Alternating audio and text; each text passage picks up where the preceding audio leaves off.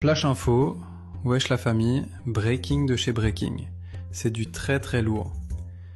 On est allé sur le site officiel du Congrès US, il y a un projet pour classer le Polisario en organisation terroriste. Au départ, deux têtes portaient le texte, le républicain Joe Wilson et le démocrate Jimmy Panetta. Et là, plot twist, 3 nouveaux républicains viennent de se rajouter en co-sponsor. Résultat, on passe de 2 à 5 soutiens officiels. Et les dates piquent. 18 septembre, 8 octobre, 24 octobre. Pendant que la machine de propagande d'en face faisait du bruit sur le brouillon onusien, Capitol Hill a avancé ses pions. Traduction simple, le dossier est vivant.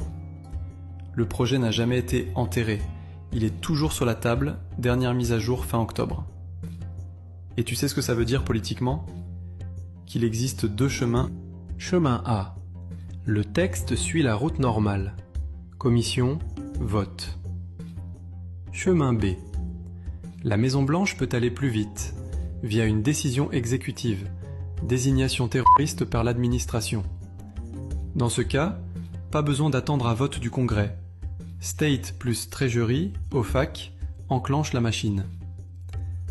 Et après la désignation ? Dans les 90 jours, l'administration sort une liste de sanctions. Gel d'avoirs, interdiction bancaire, restriction de visa, contrôle des flux. Et pas seulement l'organisation elle-même. Tout sponsor ou entité qui traite avec peut se retrouver dans le viseur. C'est la douche froide des réseaux financiers. De la banque aux partenaires associatifs, tout le monde regarde 2 fois avant de toucher. Pourquoi maintenant ? Parce que le logiciel a changé côté Washington et au Conseil de sécurité. Le monde aligne son discours. Solution politique, réaliste et durable, égale plan d'autonomie marocain. L'ère du référendum miracle et des slogans creux, c'est fini.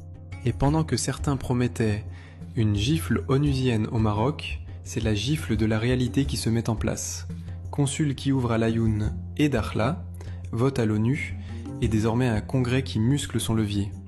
Message au cabranat, arrêtez de jouer avec les brouillons, regardez la page congress.gov. Co-sponsor 5. Ce n'est pas un tweet, c'est la vraie paperasse. Et s'il y a une désignation US, le domino est violent. Les banques de risque, les ONG se sauvent, les voyages se bloquent, la façade diplomatique prend l'eau. Le plus drôle ? L'escalade s'est faite pendant le vacarme médiatique.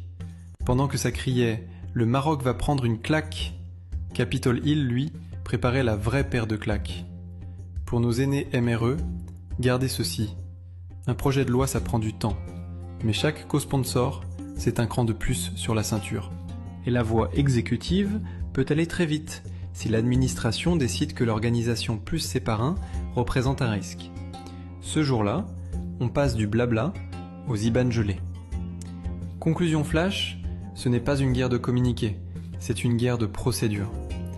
Aujourd'hui, la procédure bouge à Washington, et elle ne bouge pas dans le sens des marchands d'illusions.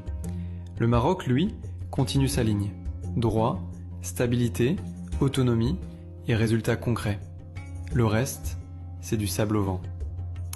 C'était Axel au micro.